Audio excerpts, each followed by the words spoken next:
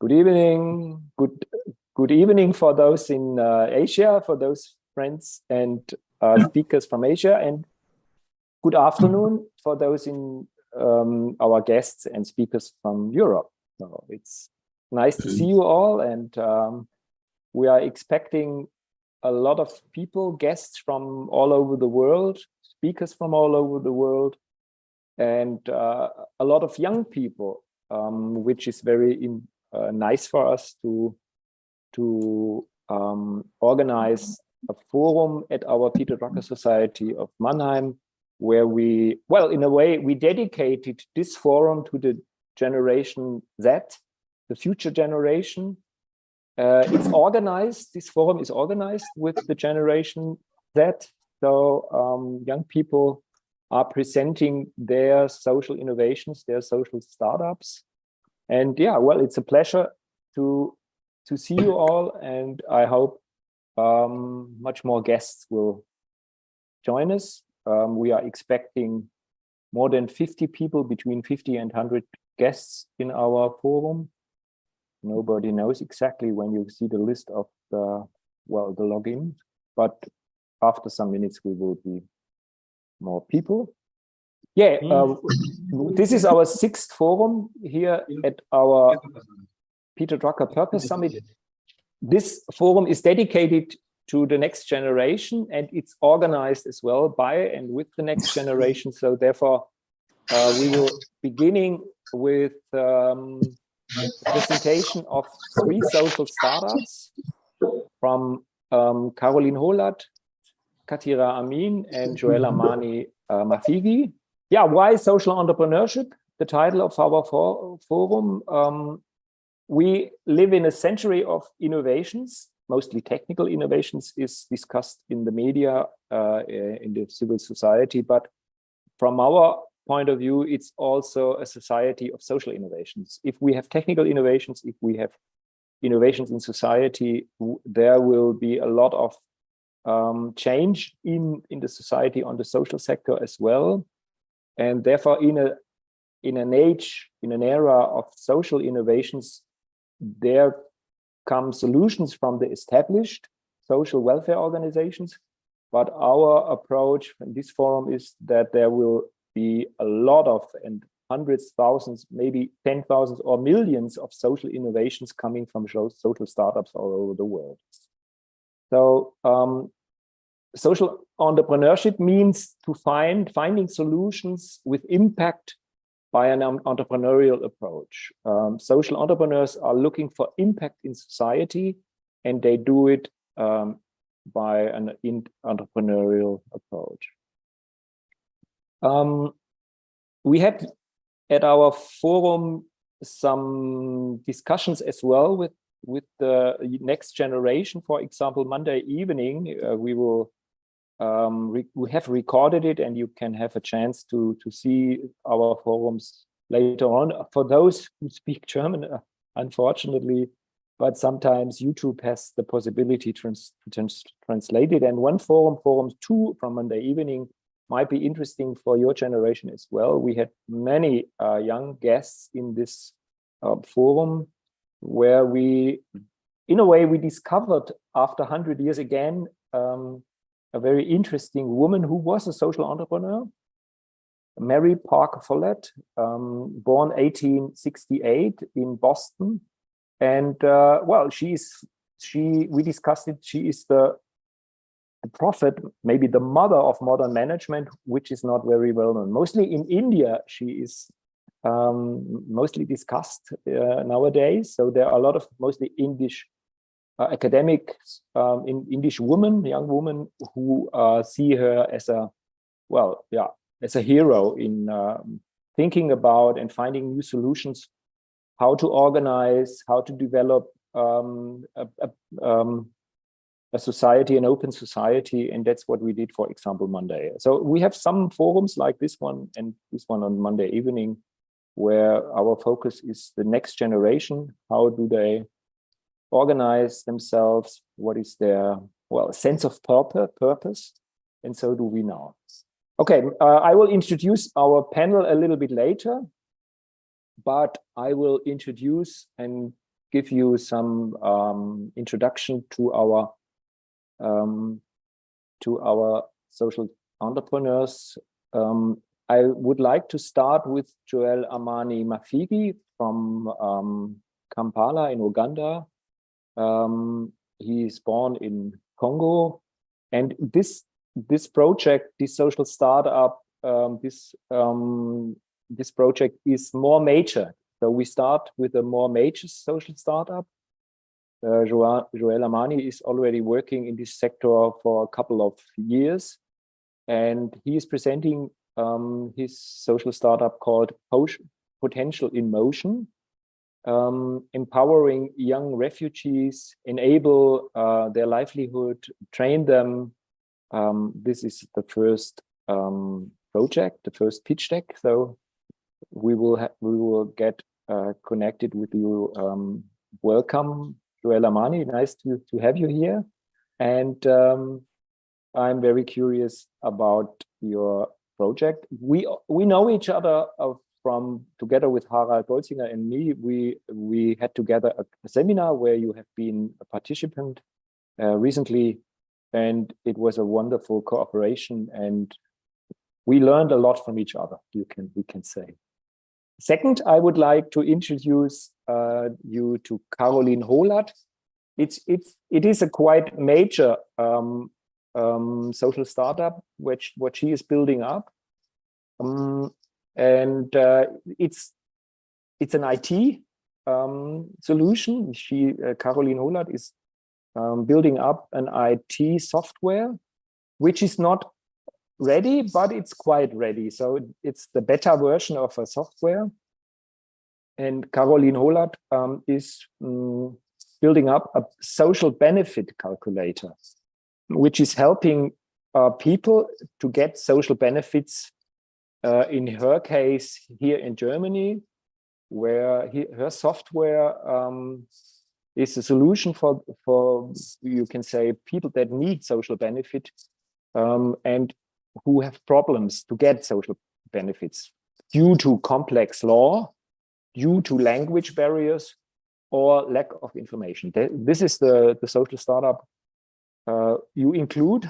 Caroline, she includes artificial intelligence and is building up this software with translations to the main immigrant people, for example, that are coming to Germany, for example, from Bulgaria or Romania, and which this software is able to apply it in their language, in their original language. So that's the translation are included. So this is the second quite major social startup. And we have a mixture of last but not least, with Khatira, a startup which is just not quite major, but just after the raw idea. We know, by the way, I forgot, Caroline and me, we know each other from my university, where Caroline did for many semesters working together on social innovation, social startup ideas in our faculty. And you finished your bachelor's degree and did part-time IT programming 2 years ago, and now you are working as a programmer and building up your startup. So, okay, Khatira, welcome to Caroline, and welcome to Khatira from Karachi, where we know each other as well from the seminar I mentioned. We built up with Harald Bolsinger, and Khatira is just after the raw idea in helping people, kind of a charitable food bank, I would say. It's like that, where with a special, she will explain it later, where she helps people that are living with less than $1 per day with her project. And from the media, the current situation in Pakistan, Pakistan had 4 months flooding. 8 million people are, because of the flooding, homeless. Plus, there are refugees from Afghanistan, for example, living in Pakistan, which makes the situation very serious. And Khatira's project will will give us some ideas how she can help people who need help. Okay, so maybe before you start, Joel Amani, I would ask to the audience, there is the possibility as well for you, especially in the case of Joel Amani and Khatira, to give some fund. They are beginning to do some crowdfunding, and you can support them directly with your network, where we will give later on some links how you can do that. Okay, now I pass over to Joel Amani Mafigi, and we are happy to welcome you and learn about your social startup. Thank you. Yeah, thank you very much. I'm really grateful to be to this forum, and thank you for the opportunity given. Of course, I am grateful, and also for the fact that I was able to attend one of the trainings that were organized by Prof. Harald and Dr. Weber. And yeah, that was really interesting. I am Joel Amani, a refugee in Uganda and a Congolese by nationality. And I did my school here, my primary school, but also my secondary. Now, when I finished my high school, I realized that most of the students who graduated from universities were unable to get jobs. And so it was worse for the refugees. Now, the place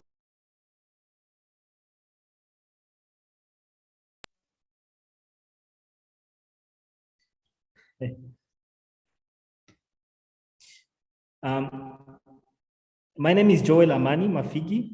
I am originally from the Democratic Republic of Congo, and I've been living in Uganda for the last 14 years as refugee. I live and reside in a place called Nakivale refugee settlement with other 270,000 refugees. Now, most refugees in this camp come from different countries around Uganda, for example, Somalia, Ethiopia, Eritrea, DR Congo, Burundi, and Rwanda. Now, I did my primary school here in Uganda, and well, I came to realize that after school, most of the youth do not get jobs. They do not attain jobs, even when they are qualified, because Uganda has got one of the highest unemployment rates. And so I knew that if I join university, I will study hard, but in the end, I will not be able to join to get an employment opportunity. And this is for over 80% of other residents and other Ugandans. So 80% of Ugandans, after high school, after their university, they go into search for jobs, and unfortunately, they do not get jobs. And so realizing this in my community, and it was even much worse for the refugees who came from their country, even when they had credentials like their diplomas, were unable to get jobs because for the country to earn, so the only jobs that were available were into translation. And so together with a group of other youth, we came up with an idea called Unleashed. So Unleashed Potential was born, and here we began to ideate solutions onto how we can become a solution to our community. And rather than being a burden to the economy of Uganda, our aim was actually the solution of the refugees. It was more into mindset, like the mindset. We designed the curricula that indeed would drive social change through a linear program. Our program is designed in a way that we support youth to get scholarships from our organizations, Then youth learn. They learn social, potential discovery, social entrepreneurship, and business development and leadership. Now, with this structure and with these trainings, our main aim is to support social entrepreneurship, social enterprises to be born. And so far, within our organization, we've been able for the last 4 years to give over 200 scholarships, and we have indeed been able to incubate 39 projects and over 10 into the acceleration program. And we've created over 179 new jobs and able to fundraise over 100,000 USD. Now we have a dream, and our dream is to create more employment, to create more social enterprises, and to create more social change. And you can see by 2025, we want at least to be able to give 750 scholarships, and also to have 100 businesses incubated, and 50 businesses to be accelerated. And we want at least to reach 100. We do not work particularly as refugees, but we integrate as well the locals, because we believe that social cohesion and coexistence between refugees and the host could really drive social economic change. We have a committed team that really is made of youth who are driven by the purpose to create and to change the community and the lives of refugees. So our empowerment structure is designed in a way that we have our first stage called new reform. Now in new reform, we focus mainly onto personal development, like overcoming limiting beliefs. Because most refugees, when they come from their countries, it's a lot of traumatic experiences that are experienced. And so for sure, to be able to align, to have a vision, to have a personal purpose requires to have trainings that will give someone an alignment. And I'm happy that during the training that I attended with Prof. Harald about the Ikigai, which was more on purpose discovery. And this is one of the trainings that we do deliver in our first stage called U Reform. And then secondly, we have the second stage called U Incubate. Here, we support entrepreneurs to be able to ideate solutions using the design thinking. So we use the design thinking to support entrepreneurs identify weak challenges in the community and be able to ideate potential solutions that are then implemented and prototyped. And so in the acceleration stage, these ideas are further developed and formalized. So the formalization includes registration and also meeting legal responsibilities. And you can see we have one of the last stage called the U-League. In the U-League, we want to create an ecosystem that brings together social entrepreneurs who want to create social change for the good of humanity and for the good of the globe. We work in collaboration with PHB, which indeed works into digital development and also business model development. And as well, we work with the International Labour Organization and currently into the prospects where we are indeed able to work with them in terms of employment and also Opportunity International. Ladies and gentlemen, thank you for the opportunity and for the platform given. Thank you very much. Thank you so much, Joel, Amani, Mafigi. It's a great pleasure to learn from you and see what your impact is in your country. So we are really pleased. Just to mention, after Caroline's and Khatira's input, there will be Q&A from our panelists later on. So direct questions to Joel, Amani, Mafigi will be from our panelists will be possible in 10 minutes. So the next 5 minutes, the pitch deck from Caroline Holland. Thanks to Joel Amani.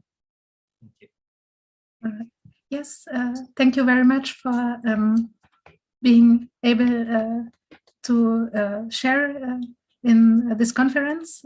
And thanks, Joel, for the very inspiring pitch deck. And yeah, so I started with the realization that a huge number of people are entitled to social benefits, but don't apply for them. So both in the context of my studies of social work and both in a circle of friends and relatives. And so I did my bachelor thesis on calculating the number of people. Taking the numbers from people who receive social benefits and comparing them to income and rent numbers from microstatus, and came to the number of over 5 million people who miss on their benefits. So this led to the idea how we could tackle this problem. And so it's a solution with two sides. One is informing the people that they are entitled to benefits, and then also helping them to receive them. So on the one hand, we have say form generator, and so on the software level, it's an expert system, rule-based expert system. So based on the user entries, some specific questions are continued in the path, so in the tree. And at the base of the system is the algorithm for each benefit, and so it goes through each of them and calculates if yes or no they are entitled to, and if yes, to how much. And the second part is also a rule-based formula system where the people enter the answers for the forms in their mother language, and it gets written into the PDF of the official application forms in German. And so we had a look at a lot of frameworks for form generators, and so what was lacking, the average form generator may have some conditions, but not a lot of linked condition. So that was the reason we had to build a custom-made solution. And so at the moment, it is at a prototype stage. So there is a beta online where one can add questions and conditions and go through the form, but some features are yet to add, and some bugs to solve, and the major current to do is to add all the social law, so to subsume the social laws to get the calculations out of them, and to add all the laws into the calculation process. So that's what I'm doing currently at the moment. And in the process of the development, together with the Red Cross in Mannheim and Baden-Württemberg, we were given a first grant from the Ministry of Work and Social Affairs. So the Red Cross in Mannheim is going as soon as the yeah, ready framework is live to promote it in their the Tafel. So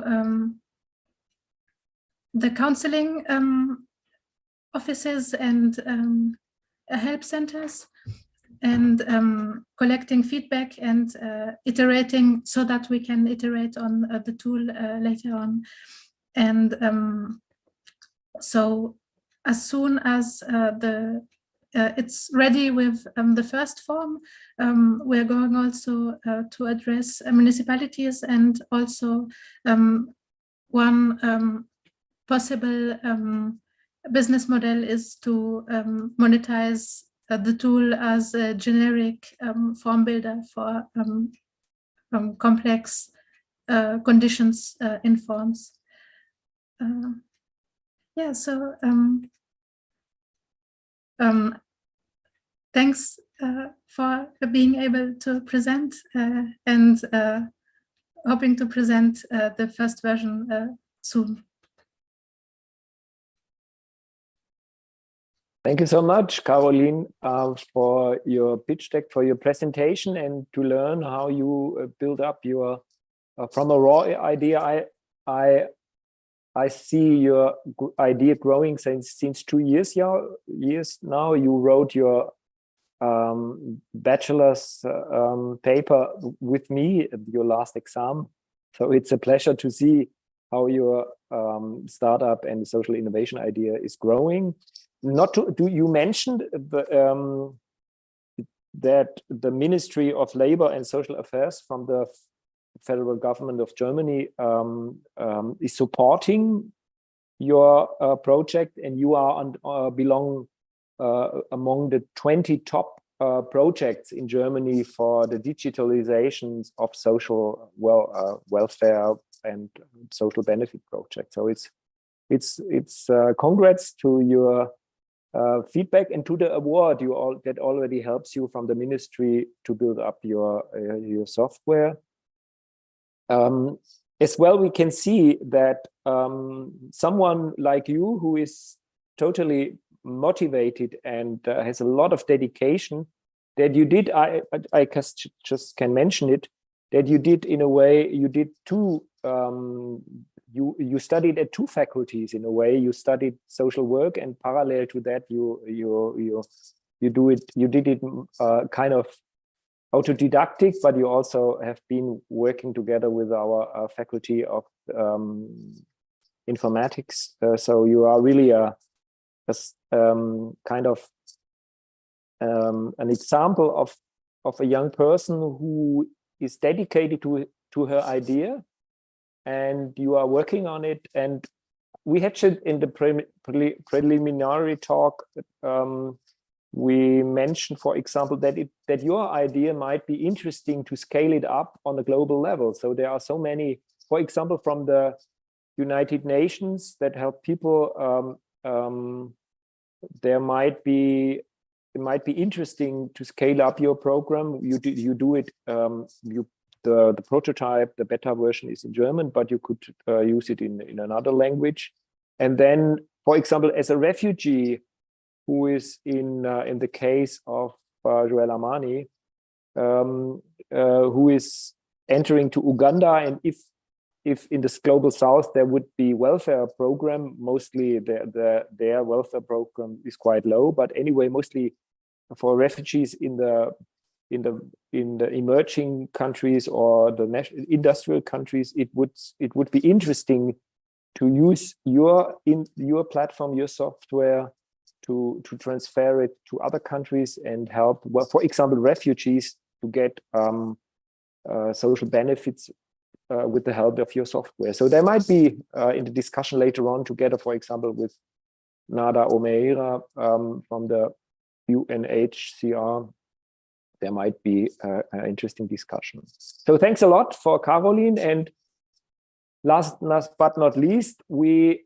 have a look to Khatira Amani's project, which is in our list of 3 different projects. I think it's interesting for our audience and for our experts as well. to see someone like Joel Amani, who is in a major status of his social project, to see someone like Caroline, who is at the prototype level, and after 2 years of building it up on a level that will make it happen soon. And now, welcome to Khatira Amani from Karachi. You are born in Afghanistan and building up a social project for people that need your help. And we got in contact similar to Joel Amani's with Harald Bolsinger's and my seminar, where you've been a participant in the beginning, between February and May this year. And to see someone like you who is motivated, help people, and we are very interested in how you do it, and learn about you, how a young woman. She's connected now to the world, and maybe we can support you and learn from you how you do it, how do you practice social innovation, and what is your idea, and in which stage of the idea you are at the moment. Welcome, Khatira Amani. Thank you so much, sir, and greetings, everyone. Hope everyone is doing well, and thank you so much for this platform. So this idea started like I am an Afghan refugee living in Karachi, Pakistan, and most of my life I have lived in refugee camps, and where there was always shortage of food. Like people used to have one-time food, or very minimal. There was a very minimum amount of time that they had 2 times of food. So by the time I grew up, I then shifted from the refugee camp to urban area. And I was in college, and one time I was invited to a Pakistani wedding. I went there. When I went to the wedding, I saw there is buffet system, where there are like 10 types of foods, and everyone is like getting the food in their plates. Like they only eat 1 or 2 spoons, and the rest of the food is there that is left over. And I was thinking that where this food will go. So many foods were left on the table, and I asked one of my friends that where this food go, and they said that, oh, that's trash. They mean that all those food will go to trash. So from back then, I came home, and I told my siblings that this is the case, that like there are a lot of food is being wasted out there, and we have so many people who do not even have one-time food, who go hungry stomach at night. So we should do something like to actually get these foods and distribute it to those who are in urgent need, who are starving for one-time food. Back then, since I was very young, and I did not know how to do it. But when I went to university, some friend discussed about it, and we even did it 1 or 2 times. Like we actually went to the wedding halls and asked them to give us the leftover food, something like that. But it did not work because we did not have a permission from the local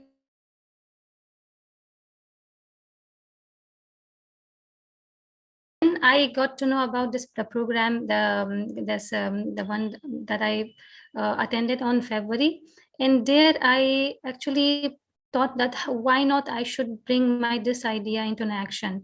And basically my idea is to collect, segregate, and distribute the leftover foods in weddings and birthdays which are held in Karachi. And there are huge amount of food out there. You have to collect them, segregate, and distribute them among those who are in urgent need of this food. Like we have so many refugees living in Karachi who are not earning even $1 per day, not even earning $1, and do not have one-time food. And the benefit that we get from this is not only saving food and distributing to those who deserve it, but also we can save our climate, because these food that I saw, all these food go to trash. So I have seen it with my eyes that like the national dish of Karachi is biryani. So this biryani, I saw the biryani, use stock of biryani on roadside, and I saw this 3 or 4 people were eating from road. That the biryani, the dish which was on road, and people were eating from that.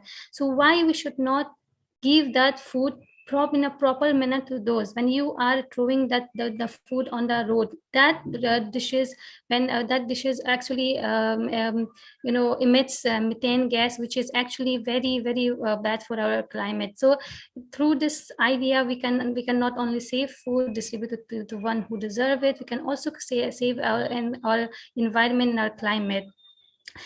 The main for my project, the main customers and the main participant, what should I say, that the main stakeholder would be the hall owners, the couples who have their weddings, and the last but not least, the people who really need the food. Like, we have to go and discuss it with the hall owners, how we are going to how we are, after our wedding is over, how we are going to get the food and segregate it and store it in our storage area, and also with the consent of the couples, because sometimes it's like in Pakistan, we have seen the government also had imposed a ban on buffet system in weddings, but that did not work, and again it started back. So people will spend a lot of money on weddings, so they are not going to change the system. But we can tell them that if you are spending a lot of money on your wedding, you can also do a good kind work to the people by just allowing us to get the leftover foods and give it to those who actually sleep on hungry stomach. So these are our main stakeholders. And how we will work, like I was thinking that how it's going to work, because through this project we are also really keen to create some employment, because for refugees we see very, very little employment, because in Pakistan, not in only Pakistan, I see refugees have problem in every country. Like, they do not have permission to work in certain areas. They need permission from the government to work, and that is why I actually wanted to create a kind of entrepreneurship, where I can give jobs to other people as well, who can earn their money. So in this case, like, we will definitely go for donors, and we have different kind of stakeholders out there who are working for refugees, who are working for those refugees who are actually making the entrepreneurship, and they are funding them. Like, there is one organization by name of Global Youth Refugee Network, GRYN, who have this program where they give 5,000 USD to all those who actually are making this entrepreneurship. So how we are going to promote is through social media, pamphlets, flyers, and word of mouth. And I'm really keen to get the fund and start this entrepreneurship. Thank you so much. Thank you everyone for having me. Thank you so much, Khatira, Amin, with presenting us your idea, and we wish you all the best that you get the fund. And for your next step, you need some crowdfunding to print a flyer, to get some technical resources to build it up, maybe as a website, and maybe rent a car to bring the food from the wedding to the people who like to eat it. So therefore you are in the next step, like Joel Amani some year ago, or Caroline 2 years ago, where you need help from outside, how to build it up. And but how you present it, your words, your knowledge, I'm already very sure that you will make it happen. So congrats to your idea. My Harald and Bolsinger and me, we were really amazed how you do it and how you build it up, with which kind of passion and commitment you do it, and you will make it happen, I'm very sure. So thanks for the third pitch deck from Khatira, Amin. But before we, I would like to propose to our panelists to first to have some Q&As to our social startups. So to Joel Amani, Caroline, and Khatira, and then after some Q&A minutes directly to our three young people, then I would like to introduce you, and that you get to give us some statements on social entrepreneurship, why it's relevant, how to support them, and how to scale them up. Okay, so the question goes now to our panelists. We will do it for around 5 minutes, if it's possible, 5, maximum 10 minutes. Do you have questions to Caroline, Khatira, and Amani?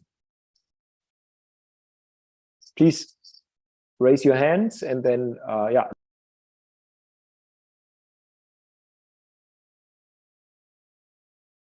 Just begin to speak, Nada, please.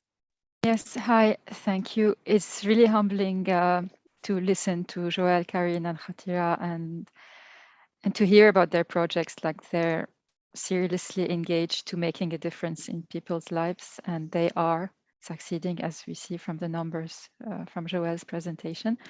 I have a question specifically to Khatira, and the question is whether you are considering, or you have started to look at food waste from other sources beyond the weddings and major events, including from the restaurants and catering services, or going and shops, you know, like products that come to close to expiry date, etc. That's my question. Yes, so, and how will you make money? What is your idea? How will you make money from your? Thanks. Yes, thank you, Nada, for the question. Yes, when I started on my idea, research about all those other stakeholders who are working on similar project in Karachi, and I found so many others who are working on it. Regarding the restaurants, yeah, there are a lot of NGOs who are working on this project, who are actually collecting foods from restaurants and the expiry products, and are working on those. But I was concerned on working, particularly on weddings and birthdays, because we have seen that we have researched that very few. There are only 2 NGOs who are working, it's not their permanent work, like they're partially also working on this, on the weddings as well. So my concern, my focus is mostly on weddings and birthdays, because we know in Pakistan, the weddings are celebrated like festivals. Like you can see that weddings is actually a festival. There is a lot of food is being wasted. So my focus is basically on that. So apart from this, your other part of question was how will I earn? In the beginning, I actually was thinking that we started as a non-profit, but since I want to actually give an employment to other people, it like how will I pay to my employees, to other people who will work for me, is we are going for the very start of the project, we are going for fundings. There are, as I have mentioned, there are different organizations who will provide funding for, especially for refugees ideas. And so for the very first, I have there is GRYN, and I have also applied for that, and hopefully I will inshallah get that. So we are going for donations and fundings from different NGOs, and yes. But this is probably like on the first, right, on the short term, and then you will find the niche or find how you can make money from your business idea, right? Because eventually for sustainability, you would want to pay Yes. These stuff. That's right. So when I was working on it with my other friends in Singapore, so some of my friends asked me to go only for a non-profit, like do not charge anything. But my basic idea was to actually charge like a very, very minimum amount from those whom I'm going to provide my food. Like we are getting these foods, and then we are going to prepare it and distribute it to those in a very minimum, like 15 rupees or 10 rupees, that is a Pakistani rupees per each time food to those. That will in that case we can get amount, and we will also go mainly for donation. I have seen some in Pakistan there are this custom that they provide donations to do NGOs who are basically working for society, like we are working for social cause that will actually help these people. Apart from that, we are also working for the climate. We are also working for giving employment to the other generations. Thank you. Thank you, Khatira. We can see how active you are with your ideas, and yeah, good luck to make it happen. Is there another question from our panelists to someone of our entrepreneurs?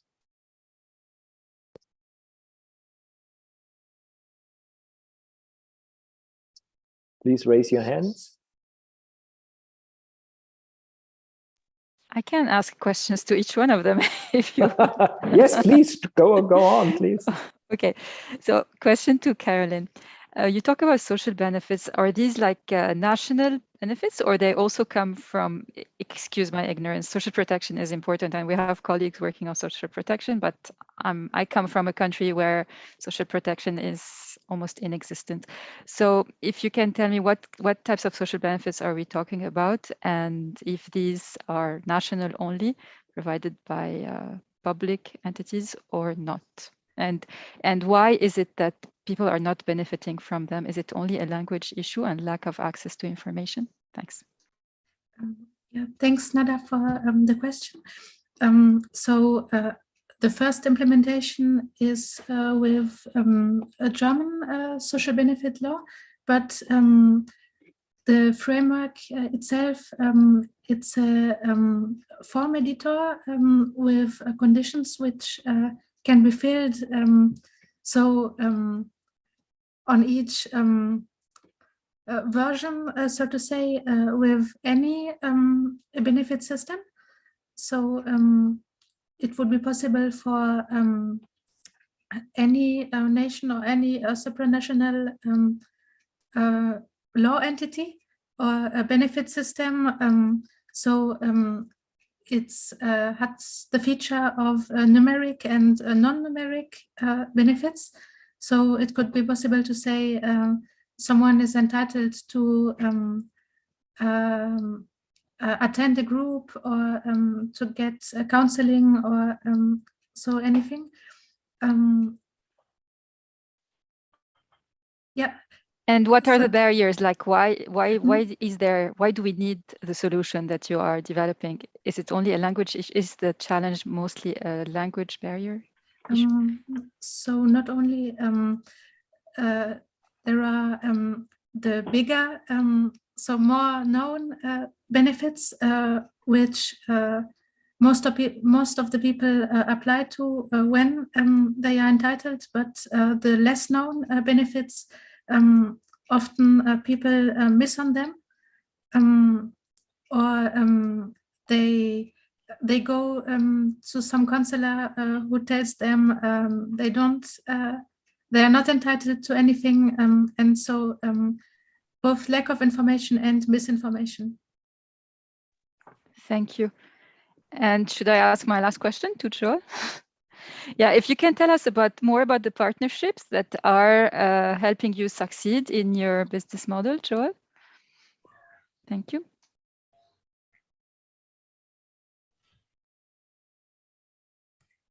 Yes, indeed. Thank you for the question. So we are working currently very closely with three good partners. One of them is called PHB, which stands for Progressive and Humanitarian through Development. So PHB supports mostly to formalize, to support our model, because currently, just like Khatira has presented, our model has been more dependent on donations, and we realize that if we keep depending on donations, there is a possibility that we might not be able to sustain the project. And so with PHB, we are developing what we call a sustainability plan. So they are supporting Unleashed to develop a sustainability plan, at least in the next 3 years. And currently, through their support, we have been able to as well get into a consortium that is currently funded by USAID and also led by Save the Children. It's called Uthabiti, and it's more into promoting self-resilience in refugee communities. So that is one of the partners.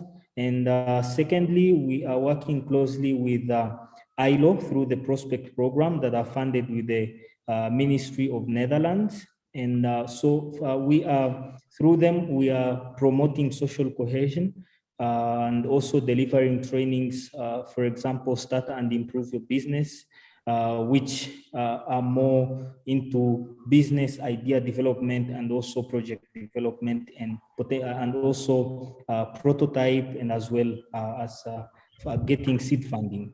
And lastly, we are International, which together we are in the other consortium that is on a mission to create over 2,000 new jobs through a funding of CYFA, which is the Challenge Youth Fund. And that's one of, one of the other organizations that we are closely working together. Because ideally, one of our key areas and one of our biggest focus is how we can create indeed new jobs, and most especially decent jobs for refugees, but as we integrate as well the locals, the host community. Thank you very much. Thank you.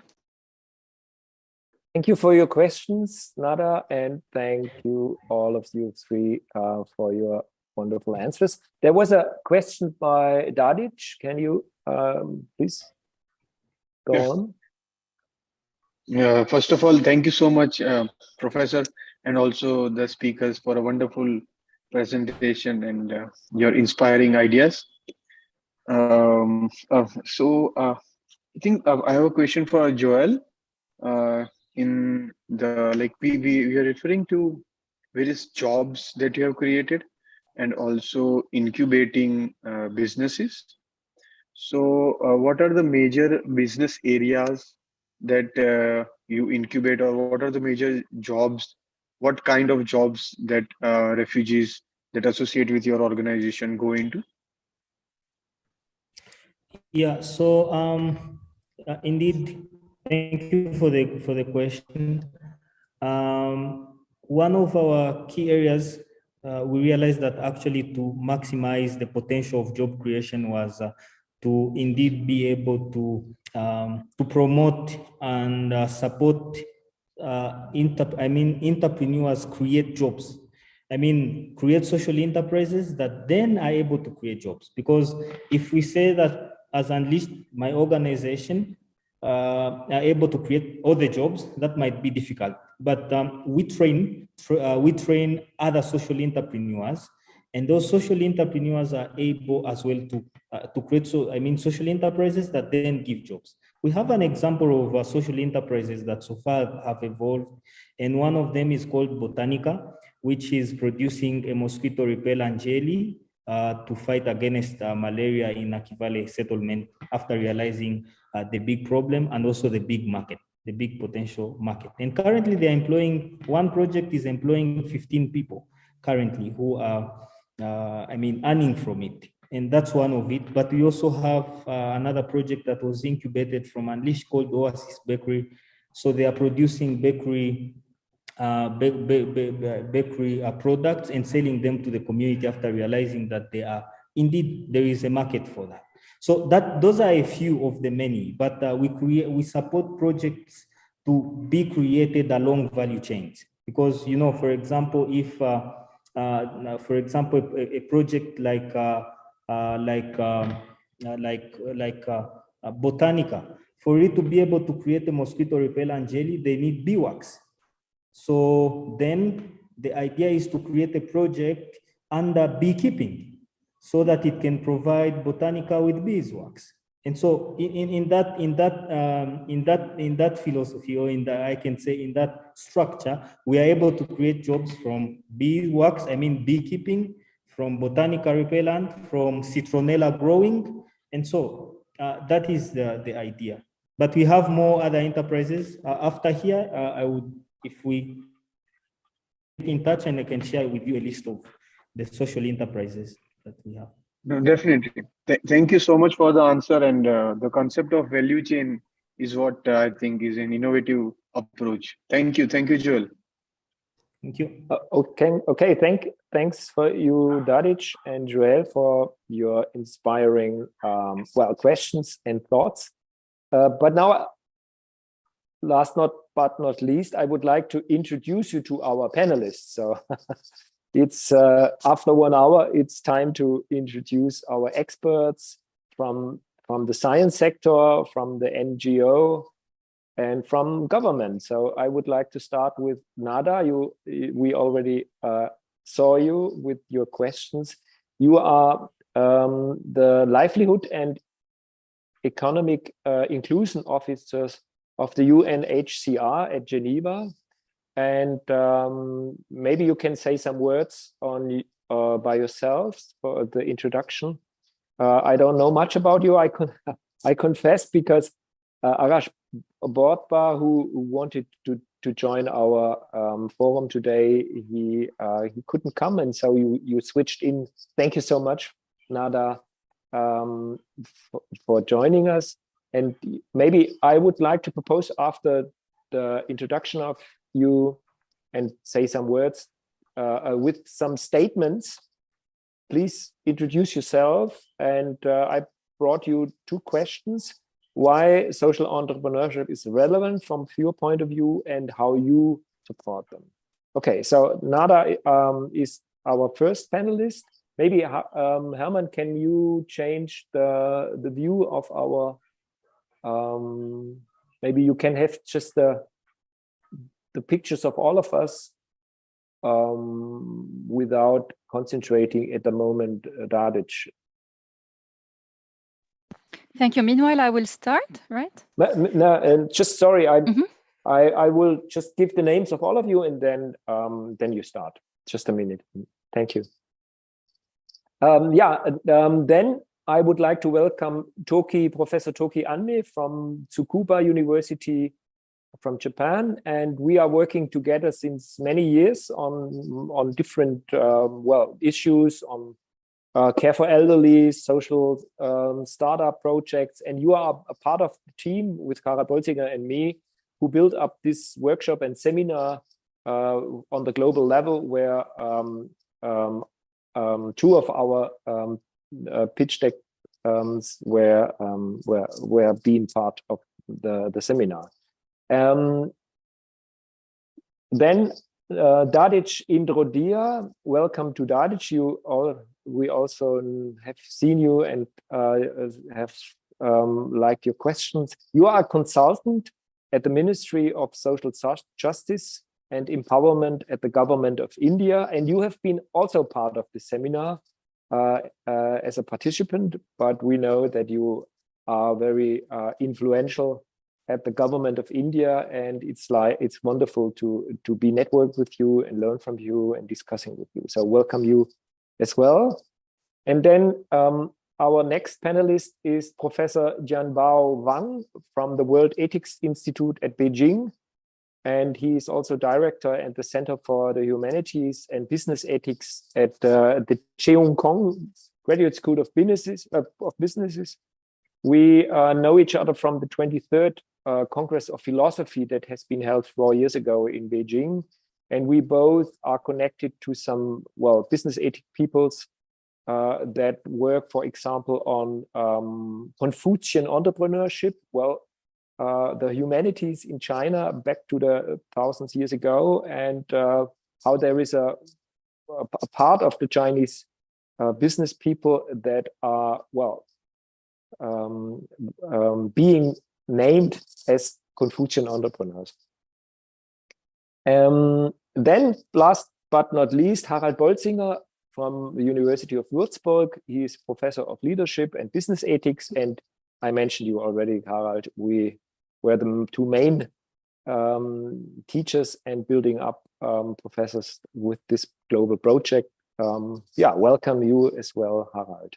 Who is missing is Ndidi Noli Edotien from Nigeria as an expert from Africa. So unfortunately, she is not joining us today because some months ago, she is member of the Club of Rome, which you all know as the sustainable, very traditional institution, very well known and reputed.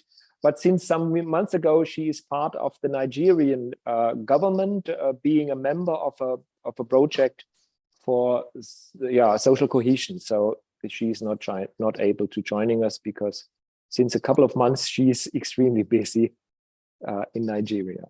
Anyway, so thanks to you for coming, for joining us, and sharing with us the focus, the dedication to our forum that is dedicated to the next generation. So please introduce yourself and the relevance of social entrepreneurship and how you support them at the UNHCR from Geneva.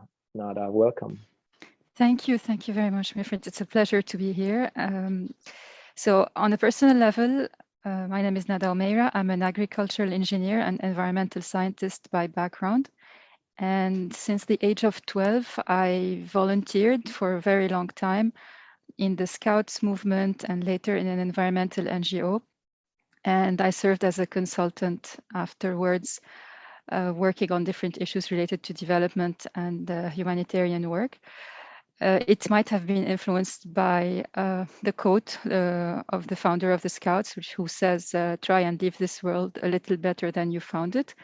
So I try to do that. I still try to do that. And right now I'm doing this as Livelihoods and Economic Inclusion Officer in UNHCR's headquarters. UNHCR is the UN Refugee Agency, which is a global organization that is dedicated to saving lives, ensuring the protection and the better future for refugees and other forcibly displaced persons and stateless people. You probably know or not that there are now more than 100 million forcibly displaced persons around the world because of violence, persecutions, violations to human rights. And we think that these forced displacements are short-term, but in reality, they last for many, many, many years, maybe some 17 years on average.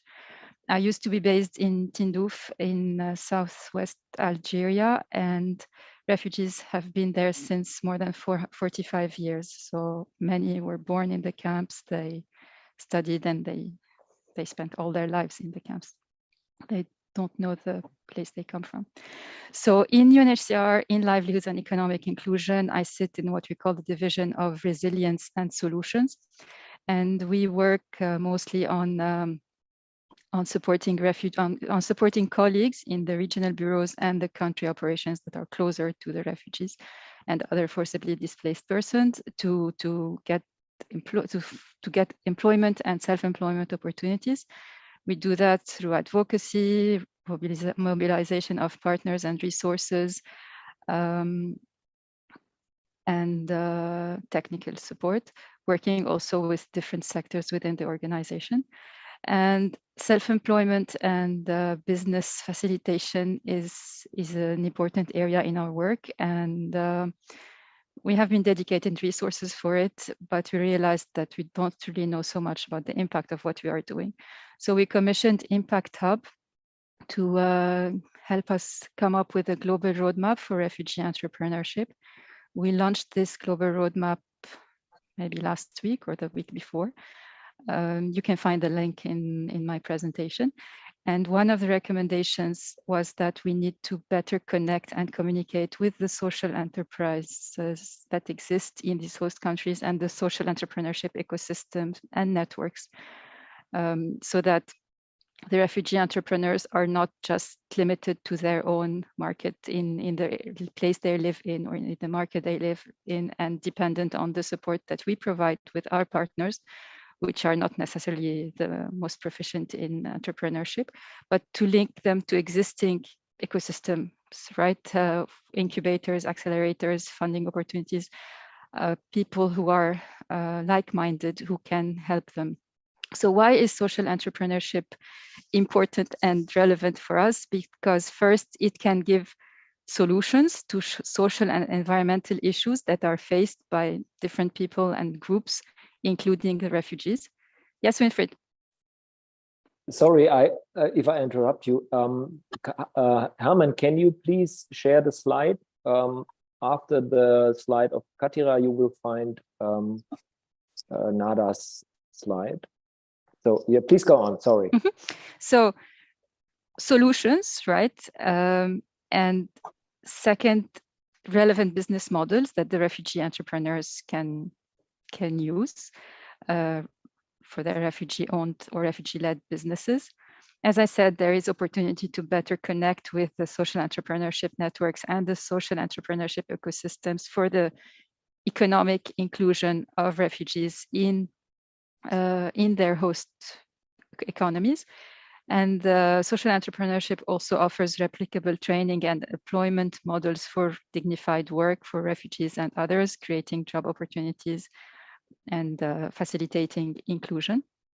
And so what we do besides advocacy and the partnerships and trying to connect, which we need to do more, is to ensure the meaningful participation of refugees in decision-making in processes.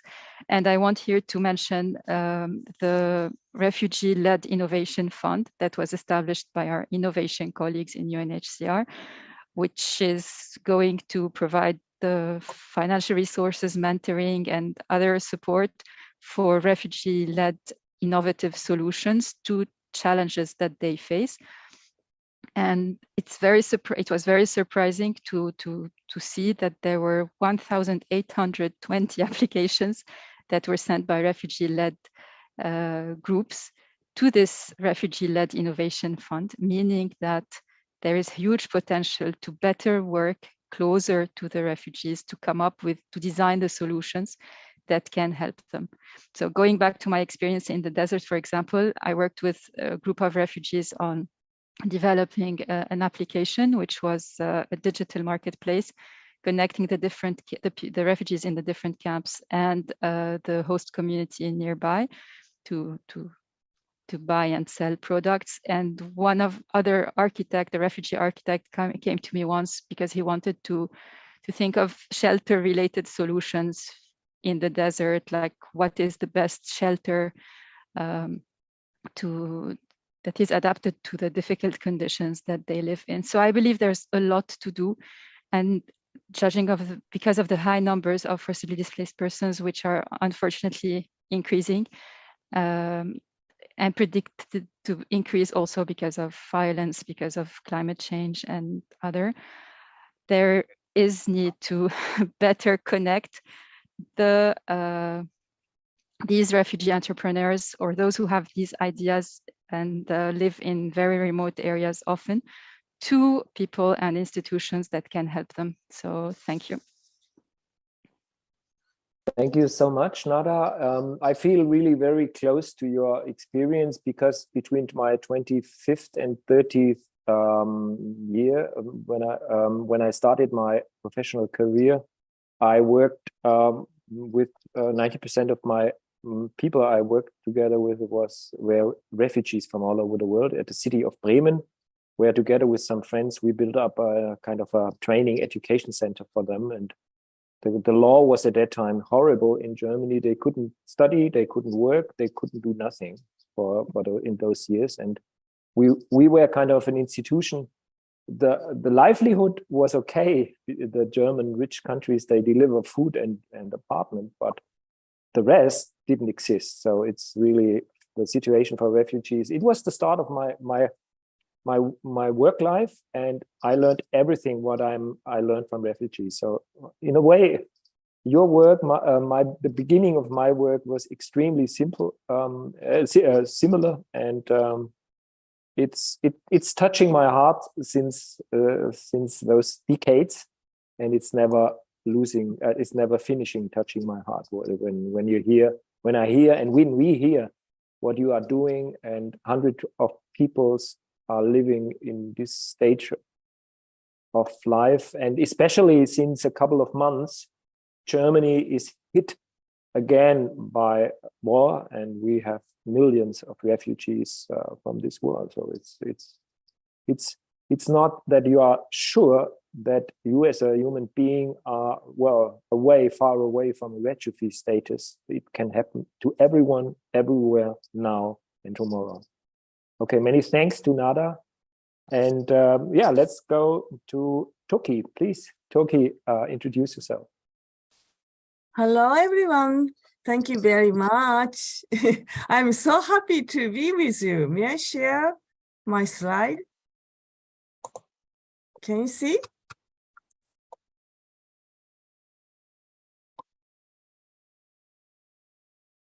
You see my slide? Okay, you brought your slide with you. Okay, I see. Okay. We are doing the several entrepreneurship projects. And this is one of the examples using AI and ICT, deliver the evaluation service and advice service for child care professionals, parents, grandparents, and researchers together using cloud and get the information directly, immediately, and use that for all, not only individual, but also peer and community. We always think the synergetic effects of empowerment. That means self-empowerment, peer empowerment, community empowerment together to use for entrepreneurship. Not use divided, use synergetic. It's the tips of entrepreneurship. So we make the picture book, not only for the children, but also everybody to enjoy and learn the tips easily like this. And fortunately, this book is in 25 languages, including German, English, Urdu, Hindi. So please download from this site, Empowerment Research and Education Forum. It's all free. And we prepared not only the picture book, but also the comics. Children like that. And movies also. That is also in English. So please use that. Thank you very much. Thank you so much, Tokie, for sharing with us your publications, your project and what you are doing with your students. We work together with your students, which are very motivated and passionate. So you give your students your passion you have, and we enjoy it to meet you, to meet them. Maybe just a small link from my side to what you said, how you do it and how you presented it just a minute ago. Our society is called the Peter Drucker-Society, and a man who is well known for, well, the Americans say the father of management, the US Americans say that. So anyway, he wouldn't have liked it to be called like this. But anyway, there is, after 15 years after his death, there is the biggest audience and resonance is still in Japan. And my daughter, she is here somewhere, Franziska. Hello, Franziska. Nice to see you or hear you, maybe, if you have a question. Nice to be here. Thank you for having us. And a school colleague of Franzi, he's from Japan, and I asked him if he knows Peter Drucker. Normally, Franzi's generation or most of the generation Z has never heard of Peter Drucker. But there is a book that has been published 10, 12 years ago of a high school girl who is training her team of baseball, and she is winning the national championship by improving the methods of Peter Drucker. And so therefore, even the friend of Franzi knew Peter Drucker, which is totally amazing that in one country that the next generation is, well, quite good connected to Peter Drucker. So it's just a small story to give you a feedback why I'm really... Not only the book, but also the TV drama and TV comic we have. So very popular. Yeah, very popular. It's absolutely amazing for us, the Peter Drucker Society. Okay, thanks, Thank Tokie. And now I would like to switch to Dadhich.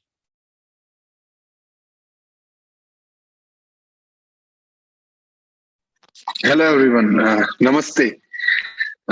So I think good afternoon to the friends in Europe and Africa, and good evening to the friends in Asia.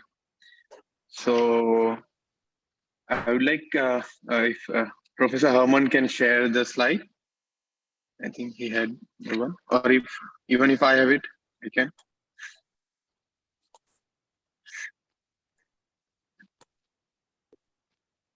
Herman, the hint that he should please open. Yeah, I'm busy on that. Okay, sorry.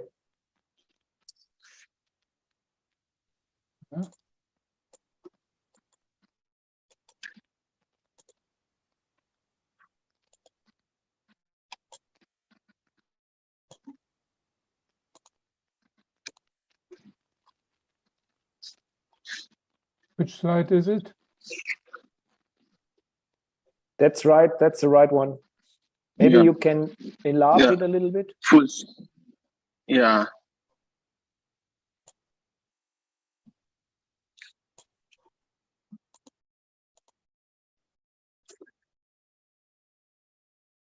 So this is maximum I can do at the moment.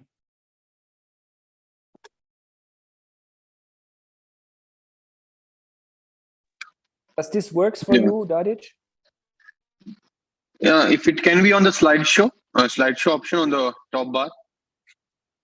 This is difficult for my screen. I do it. I hope, but you have to bring me back. No, I'll try it. Let me. It's working now. It's working now. Excellent. Thank you. Yeah. Thank you so much. So, hello everyone. So I'll be sharing my experiences that I've had working with women entrepreneurs. Where I think in the lecture of Mary Fouquet, we heard a term called womenpreneurs. So I've had some experiences in rural India in the working with women self-help groups, and I would so how at the junction of the remotest places in rural India, the Indian government with private companies and the not-profit organizations, how these three institutions collaborate and are working is what my sharing of today would be. So how these three institutions, the government, the private, and the not-for-profit look at social entrepreneurship is that they look it as a sustainable tool for empowering not only an individual, but also the whole of the community and eventually the nation, and thus the whole of our world. So how do we look at the relevance that, as the topic says, why social entrepreneurship? So the ILO says that there is a global unemployment projected in the year 2022 at 207 million. But social entrepreneurship is basically just not against employment, but it is more about understanding employment beyond just typical 9-to-5 jobs. It is more about livelihoods that are based on the context. So we saw three cases today where everyone had their own lived experiences. Khatira had her experience in Pakistan, where she saw food being wasted. Joel had his experiences as a refugee. So he developed ideas for the refugee. So livelihoods in general are based on some skills that are context specific, meaning it has social, political, and economical backgrounds. The screen just got, yeah. Thank you. So I was telling that the livelihoods that every individual works on is based on some skills that come through our social, political, and economic settings. And a mechanical engineer from the same university would be working differently in Germany, and that same person would have to work differently in India. So the perspective of diversity and the perspective of the lived realities is what is acknowledged under the concept of social entrepreneurship. The social in social entrepreneurship is is thus about utilizing the skills that we have ingrained across individual and social lifespan. So that is how the perspective of social entrepreneurship is about. And thus we have developed various projects and programs across the country, following a basic model that you see here in some green blue colors, which is this model is a kind of a circular two-way model, which is as Joel said, that Joel is building entrepreneurs, but parallelly he is also himself being a social entrepreneur. So it is a two-way model which starts with identifying some igniters in the community we live in and their latent skill sets. In the case of India, it started with some youths and a very revolutionary person, Srimati Ila bin Bhatt, who just passed away last week, founded an organization called Seva, where she formed the India's largest trade union of 2 million women. Following her model, the Indian government launched a mission called the National Rural Livelihood Mission, NRLM, in 2011. And since a decade, 8 million women self-help groups have been formed, recognizing just one latent skill among women, specifically Indian women, that is of saving money. So they identified that women could save a good amount of money compared to men or other genders, because they have the caregiving responsibilities of their children in the Indian society more so. So after identifying those igniters and their latent skill sets, where women, groups of 10 to 12 women in a group, saved around less than $1 a month. But after a couple of years, the Indian government, with the help of corporations, started funding those women self-help groups through loans at a very subsidized interest rates next to zero. Parallelly, the Indian government also included them in the formalized economy. So economic inclusion and creating a value is what the second step is about, wherein we focus on the existing government projects, how we can merge them with the developing social entrepreneurs. Once the groups have been funded, once they have the value that has to be created among them and among their individual lives, we move on to identifying socially and culturally integrated business models. So it is not some person coming out of the city and telling them that this is the business they need to do, but rather identifying what businesses are relevant in their social settings, in their cultural settings. For example, the custom hiring centers, wherein I think Nada would relate to this as she's an agriculturist, that renting farm equipments to farmers and thus generating income from the rents. And parallelly, as women have good animal husbandry skills, utilizing the products from animals, even in India, there is a huge economy of cow dung. The dung of the cow is also utilized in various purposes, including, you won't believe it, in household decorations. So identifying such culturally, socially rooted business models is what gives the social entrepreneurs the trust in themselves that yes, they can do it. So once we identify the igniters, include them in the formal economy, create value for them, and develop socially, culturally integrated business models, we have to then focus on its sustainability. In recent discussion also the term sustainability came up, but sustainability needs to be just not seen from a single eye of economic sustainability. but also what we refer to as triple bottom line sustainability, wherein it refers to economic, environmental, and social sustainability. And herein contributes the Gen Z, where I saw Caroline developing a tech project, which is the need of the hour, technology usage, and parallelly building the capacities of the participants or the groups you're engaging with.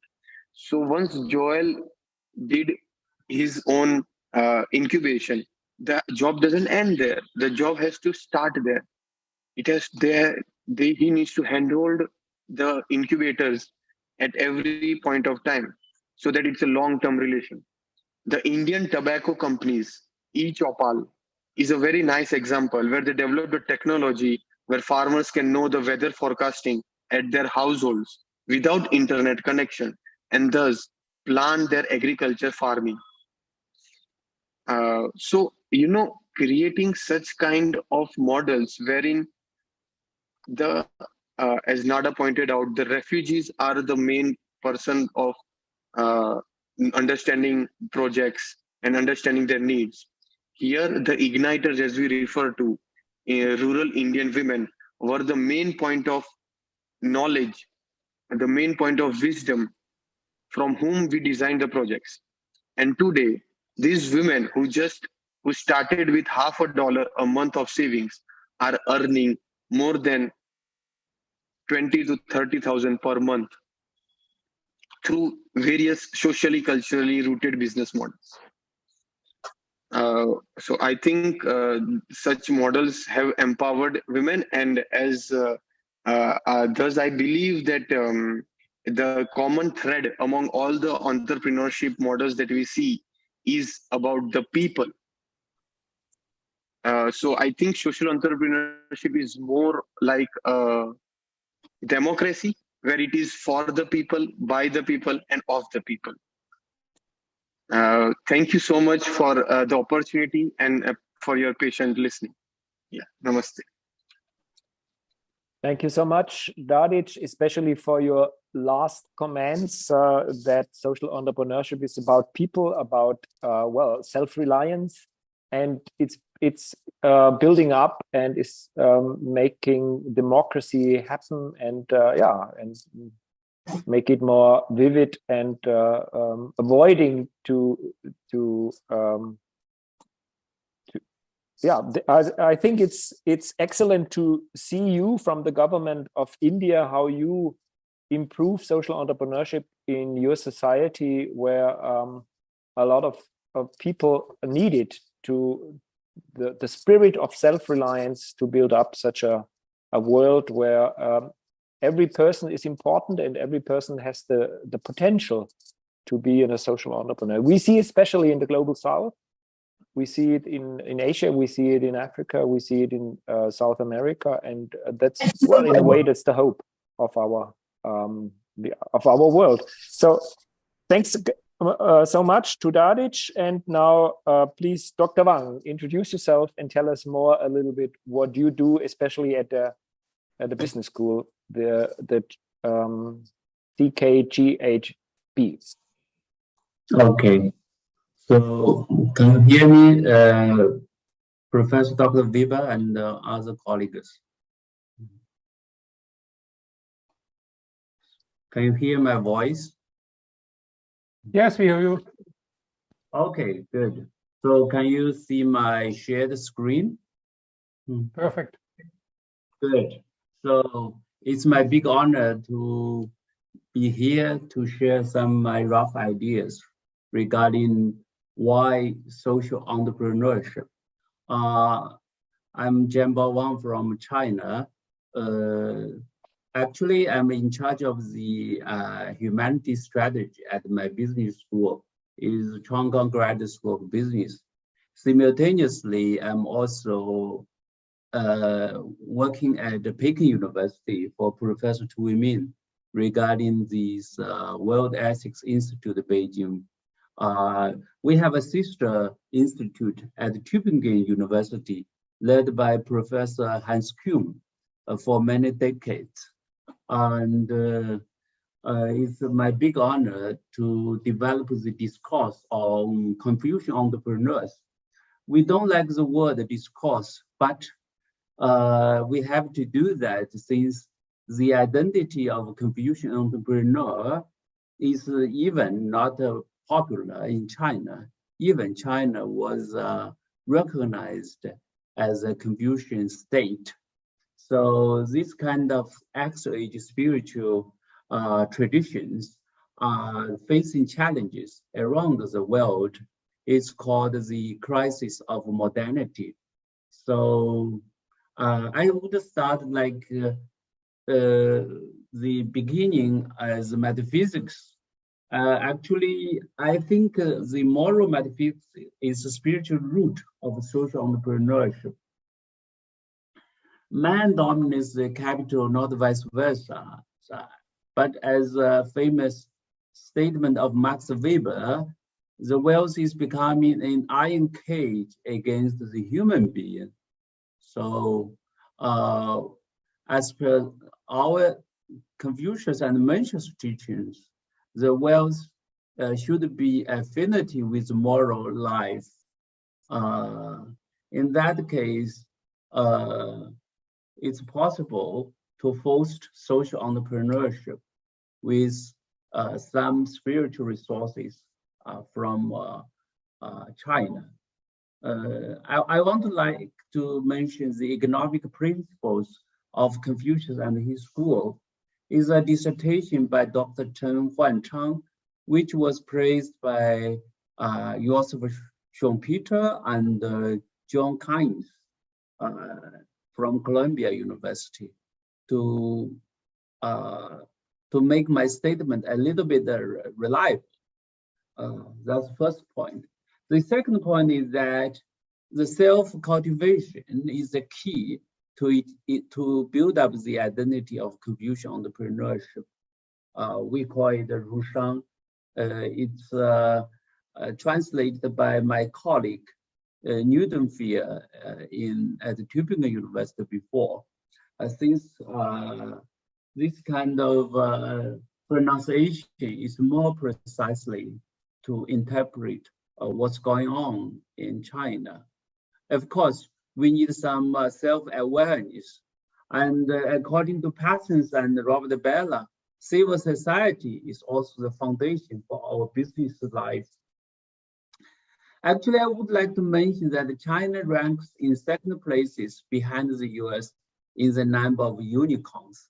So it's another evidence for my, how to say, philosophical research.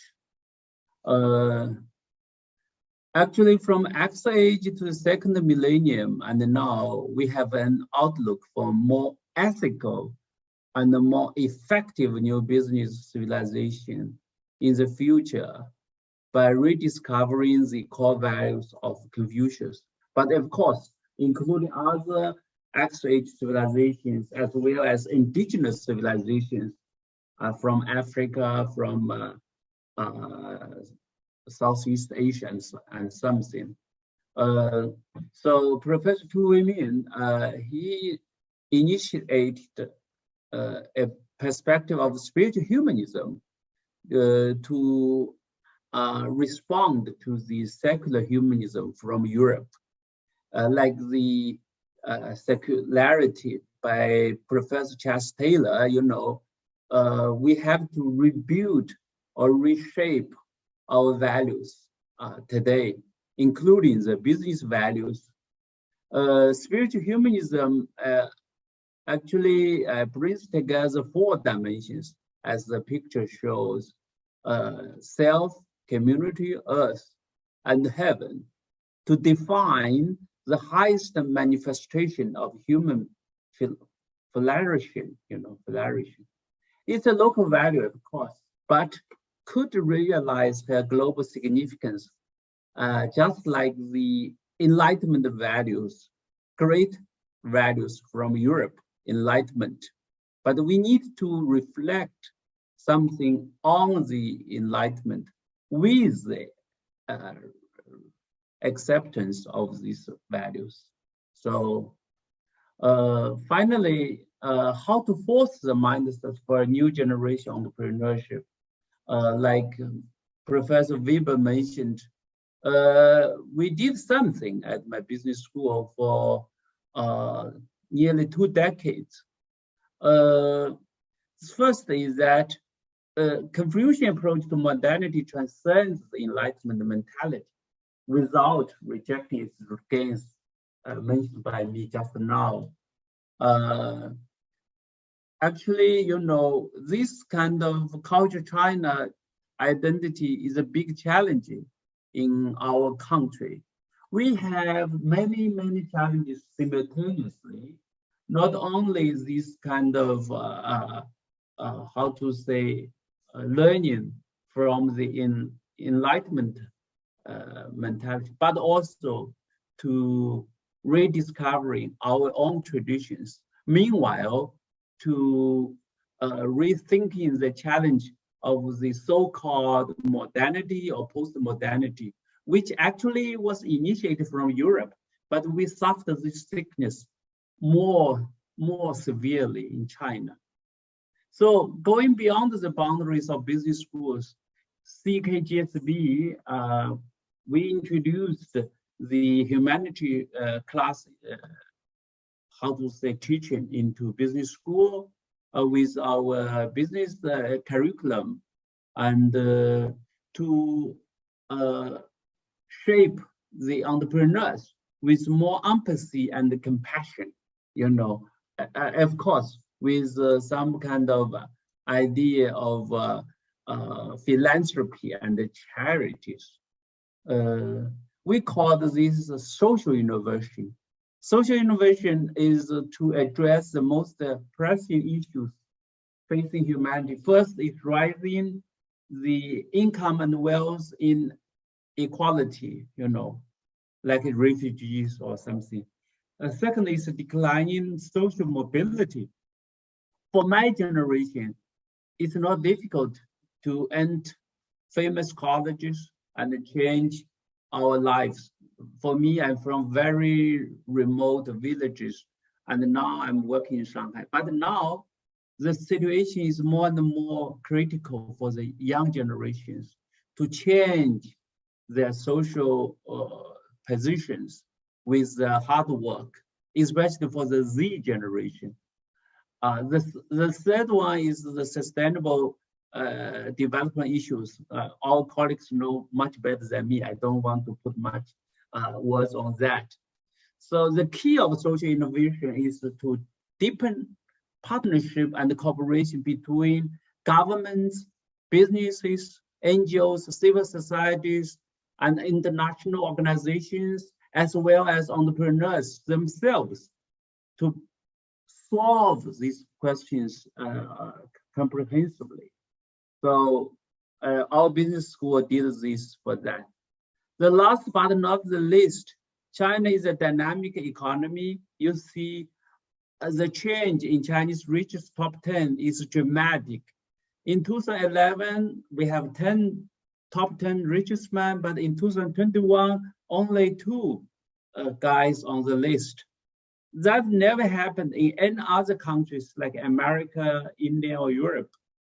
So it's another opportunity for our new generations in China. Especially I want to mention that female billionaires have also broken the mold of the rich list traditionally dominated by men.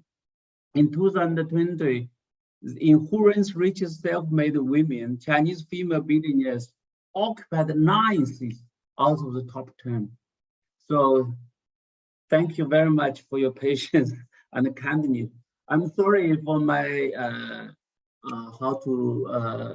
my bad presentation, but I sincerely wish all the colleagues can have this concern on the social entrepreneurship, especially for the young generations. For example, I worked at Lahore for 2 years, so I'm very, very impressed by the colleague from Karachi. She did a great job. I'm quite admired her contributions. Thank you. That's all for me. Thank you, Dr. Wang. I think it's quite interesting to see with the example of your business school how you integrate in your curriculum empathy and philanthropy and charity. I heard from your colleagues and from you that if you want to finalize an exam at your business school, you have to include a social innovation project. So that's quite interesting. But now there is not much left, 19 minutes left, and our discussion is a little bit in a crisis because some of you didn't follow the 5 minutes rule to present, introduce yourself. But Harald has a chance. Maybe Harald, can you do it in 4 minutes? Hello, everyone. Yeah, I will try to. Hermann Doppler, maybe you can share the slide. Well, we have heard many things now about social entrepreneurship, about the why. Winfried and me and all the others, Tokie, that are part of this course that we rolled out, are asking the question, how can we empower and how can we nurture founders for future to make this world a better place? So when we experimented with all those didactic formats, we found out that social entrepreneurship at first needs the unfolding of personal potential of individuals and also of groups of individuals. And we produced a didactical approach, which we call the 8I approach, to produce a cooperative learning ecosystem.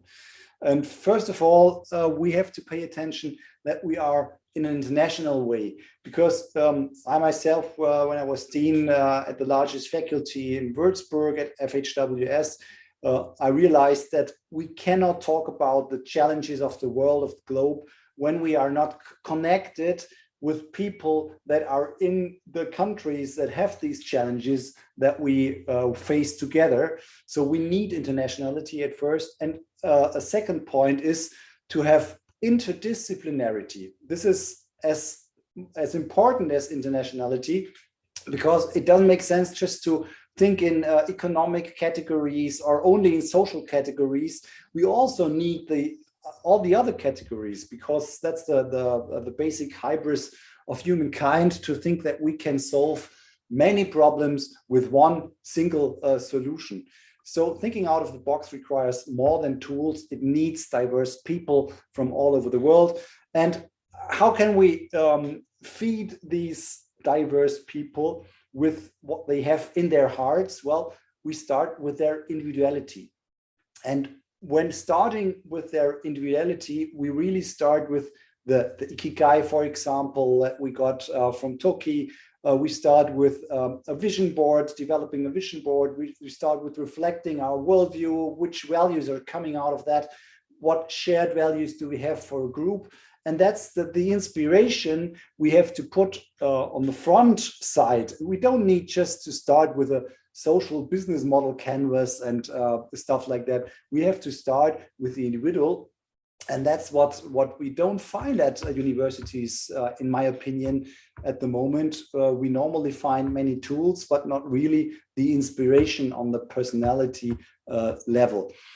But when we do that, we see that we also need idols, because people and students are striving to become better, to become like somebody. And so that's the point where we have the scientific element. We have to research where are those good practice idols that we can really discuss, and how can we put light into the impact that they produce. And that's the point when we link people, personal ideas and good practice, and link that to an impact that is mainstream. And at the moment, mainstream is the Sustainable Development Goals, because you can measure all those goals with targets and measurements and so on. Then we are on the right path, teaching social and impact entrepreneurship, how we call it. And putting all that together, we are really doing nothing else than integration for innovation. We integrate different people, diverse people with different ideas and with their hearts. That's why I started this way before. We integrate the hearts of these people in a group for social innovation. And as you've seen in the beginning of the session, it really works because everyone has something to give. And when we nurture that, then we are on the right path. And I hope I was 4 minutes time. 4.5 minutes, excellent. Brilliant. Thank you so much, Harald. Telling us a bit more about our approach in a way, and it's a pleasure, to have you all and get those impressions from different parts of the world, from different continents, from different backgrounds. I think for me it's a wonderful experience this afternoon together with you at this forum. But we have another 15 minutes left for our audience to ask questions, to discuss with us. Before I do, I would just like to add something about all the background philosophies you all mentioned about why we are why social entrepreneurship is so important and so relevant, the self-reliance, the personal start.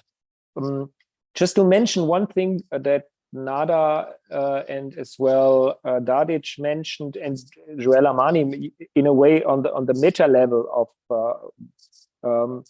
building up social entrepreneurs to be incubators of social entrepreneurship on this level. There is a lot of things going on. We are the Peter Drucker-Society of Mannheim. We are especially a network and a group of mostly engineers. And our background, we had recently, 2 years ago, a workshop together with Bosch, the big industrial group. And they do, just to encourage you in our network today, in our forum, just to mention it, we encourage you to be connected with people from different sectors of the society, from the industry, from the NGOs, from the government. And for example, Bosch, they did incubation and acceleration programs. They explained it in our and presented it in our roundtable 2 years ago at our society. And they showed how, for example, an industrial company in Germany is not fully understanding what's going on at the customer level in Africa. And for example, one problem as defined by social entrepreneurs in Africa was, we don't have hot water for the tea or coffee in the morning. And how can Bosch help to build up a technical system on a very low level, technical level, but can be scaled up together in a project among a big industrial group with 600,000 employees all over the world, Bosch, together with entrepreneurs in Africa, in Asia, and so on. And so I would like to encourage you to be partners of such institutions and be self-reliant and be part of such a movement. But now I would like to ask maybe Herman, you can tell us a bit some chat questions and give us a brief overview of the comments at our chat, and maybe find a question that you could ask to our audience and our panelists. Yeah, I'm just looking here. So there are a lot people are praising the presentations and the people, what they have done. There's no question in the panel, in the chat I just seeing here. Okay, then we just ask the audience, our guests, do you have questions to our panelists, to our entrepreneurs? Unfortunately, Caroline, she has some customer questions and she's working part-time in a company, and today she left already our forum. But if you have a question to Joel Amani or Khatira and our panelists, please ask.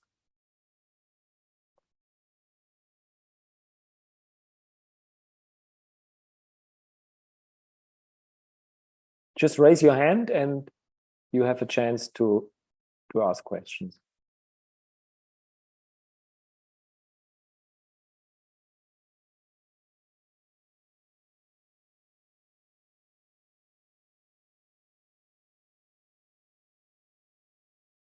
Maybe I would like to ask Joel, Amani and Khatira, do you have a question to one of our panel, to one of our panelists? Did you hear or listen to something where you are interested and maybe get connected?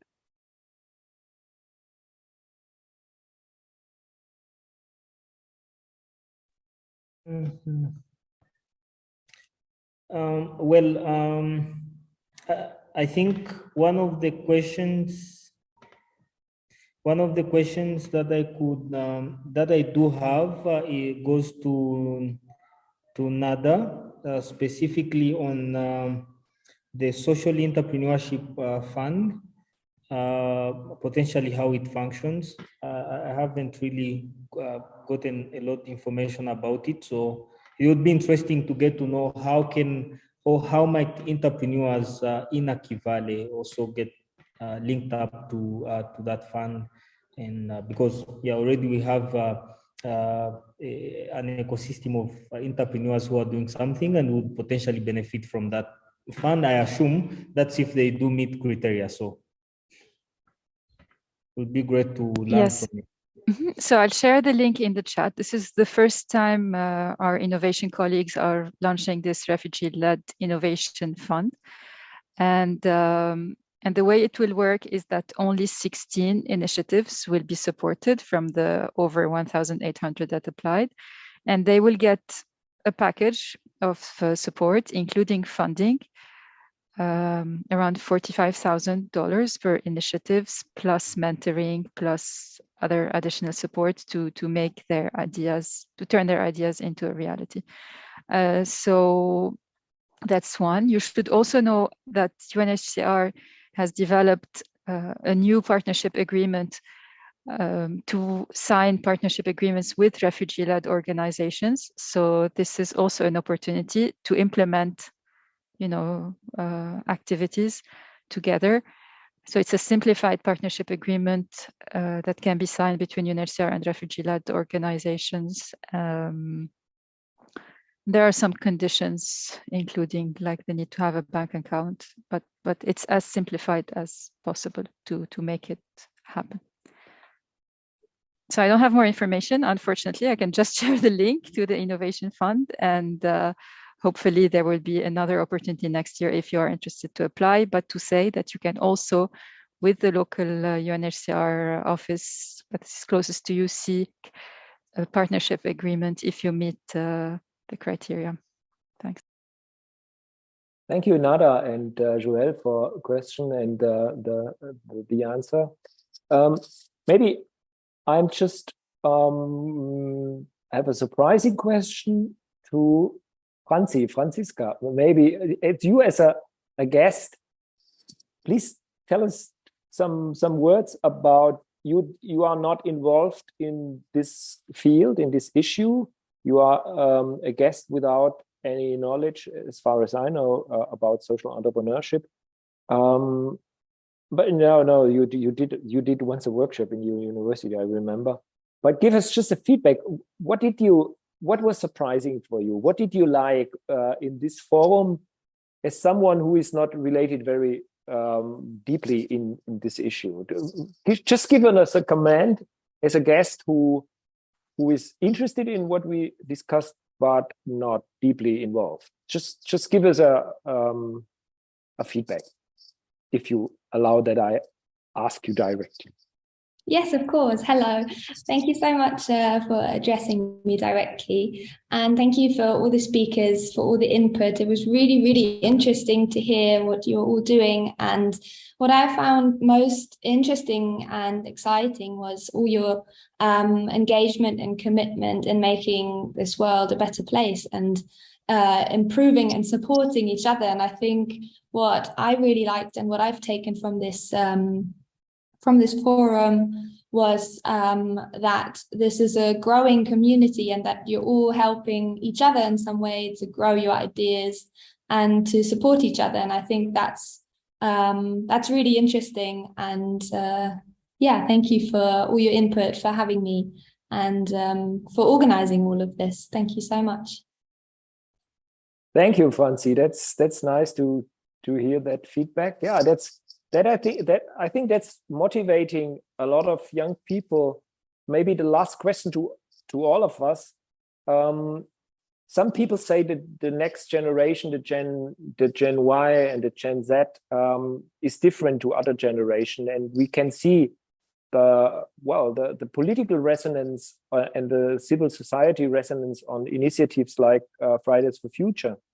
What do you think? Is there a difference? Is the next generation different than other? Maybe Harald and Hermann, sorry, could you just open up the second slide of our presentation, the Ikigai. So we talked about Ikigai. We didn't show the slide for the last minutes that we discussed it, for example, Harald and me in our seminars together with Khatira, Joel, and Caroline. Is there a difference to all of you, to just some words on it? Is there a difference? Because this generation maybe is more aware of that personal self-reliance aspects and has more of a dedication to the purpose of life, to the sense of life, which the translation, as Tokie explained, is horrible. What the Japanese Ikigai concept is like has not much to do with Westerners translated. But anyway, if you ignore that point, is there a difference? Is the next generation has another purpose and another sense of purpose?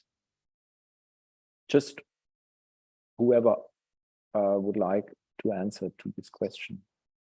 Maybe you can close again the slide, Hermann, please. Yeah. So we can see each other. Actually, my son was born in 2001, and my daughter was born in 1997. So both of them are my teachers. I learned a lot from them, like you said, self-reliance. They are more confident, and they are healthier than my generation, and but a little bit pessimistic for the future, and maybe without many childhood players like my generation. You know, I have 6 brothers and sisters in my age, so I think the life would be better for them individually. But for the whole society, the life could be really challenging. So if we are not humble enough, the human being could not see the end of the 21st century. That means 7 to 8 years ahead. So we should be really humble and love each other with dialogue. That means dialogical dialogues, not dialectic dialogues. I can't expand these philosophical questions. You know, maybe the German and the Chinese could have a much better understanding with each other due to this kind of a tragedy concern of a human being and our own nations. Thank you very much. Thank you so much, Dr. Wang. Yeah, you're absolutely right. We both got in contact with each other by Du Weiming, the professor of the Chinese spiritual history. So it's quite interesting to get in exchange on relation to these ideas. Yeah, thanks for your comments. Is someone else we have some more minutes?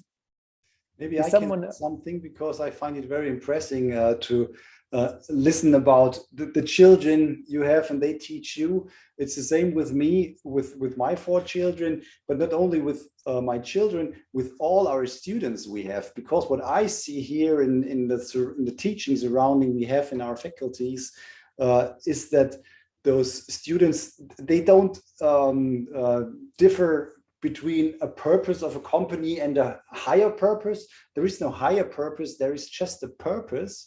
And this purpose has to make sense and has to connect to their soul, to their heart, to their inner purpose. So the first step that these students really go with us or without us is asking the question, am I here for?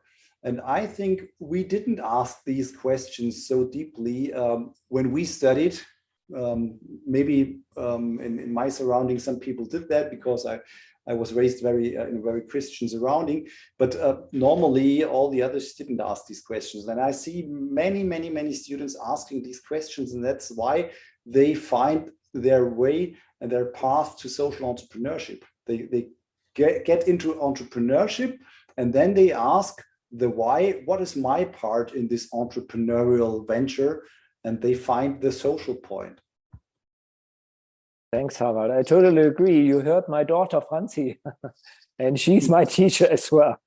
The older I get, the more important Franzi and my son as well. We both are born in the mid-90s. Dadhich, please. Just and also hello, Professor Bolsinger. I hope you remember me, because I do remember you. Yeah, I think Professor Wang pointed out very correctly about the pessimism among the current generation, because I don't know which, I'm born in the mid 90s, so I am at the middle section of generation Z as well as Y. But I think there is the one thing that I think is mobilizing the current generation is what the digital world that people live in. That's making a lot of difference in how we think about life, or how we perceive lives, human lives as. The digital is playing a wider role here, wherein maybe all our value systems were through the family, but currently the value systems are through a cell phone, and many other aspects of lives are defined through a 6-inch screen. So I think that is playing a major role in this generation compared to the past, how things work on the cell phone. Thank you. Thank you, Dadhich. Thank you so much. Is someone from our panel, or maybe Hermann, who has a last comment? We have 2-3 more minutes time. Please raise. Yeah, from my side, I would say I'm very impressed about the different countries. Some of your countries I know, and I also could imagine that according Generation Z, there are differences because circumstances, environment is totally different around the world. Yes, we have now all these digital equipments, what in my use we have not had. But if I look to where was my horizon at that time, it was probably 100 kilometers or 200 kilometers and not more. And now we talk with each other here around the globe, and this is really amazing how it works. And if I look to all your different projects, I admire your passion you have, and I'm not that pessimistic. We have a lot of tasks, so I was thinking each generation has its task, and so yes, at the moment there were I would not have thought that in 2022 there would be a war close to Europe, but okay, I hope this will end and we will come there to the next step into the future. I think, yeah, we have to work on this. We have to work on the future. And yes, I'm an engineer, and for me as an engineer, I would say all the climate questions, there's a lot to do, and this is a chance. And if you look to the social innovations, there's a lot to do. This is a chance. Just do it. This would be my recommendation. Thank you so much, Hermann. Yeah, that's I could just agree with you, Hermann. I think what is left after 2 hours of discussion on a global level, why is social entrepreneurship, I have learned, and I can see that it makes sense to do it from the beginning. If we help young people, or just maybe give feedback to young people as a professor, as someone from the NGO, like NADA or from the government like Dadhich, we should help them to see and to observe globally from the beginning. I think that's my lesson, my message from today, and I see it in the project we build up together, that it's totally it's working from the beginning, from the first second. There are no barriers among young people, so it's much easier for this next generation to communicate, to be related, and to have a similar spirit. And they are really teachers for my generation, for the generation between you and the generation Y and Z. And therefore, I'm really optimistic when I'm working together with young people from your generation. We dedicated it to you. And I would like to say at the end invitation, our Peter Drucker Society, we have each November, we have our conference, our web conference, and we had last year, we had as well from Asia and from all over the world, we had guests and speakers. And therefore, come next year and let's build up another forum on that with a participation of a broader network. And as well, from our side of view, management and how we organize things is a very important question in each society. And if we learn to organize in a better way, with flatter hierarchies, with being open to other opinions, sectors, and generations, we can be very optimistic. And that's our task. And thanks a lot for being part of this forum, and see you next year.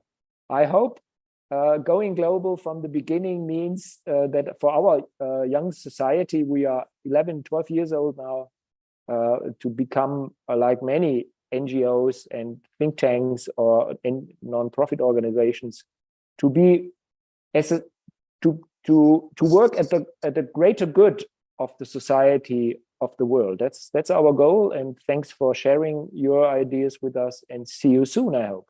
Bye-bye. Thank you. Thank you very much, Professor Dr. Thank Weber. you, Professor Weber. It was a great Weber, pleasure. sir. Thank you. Thank you. Bye. Thank you so much. See you.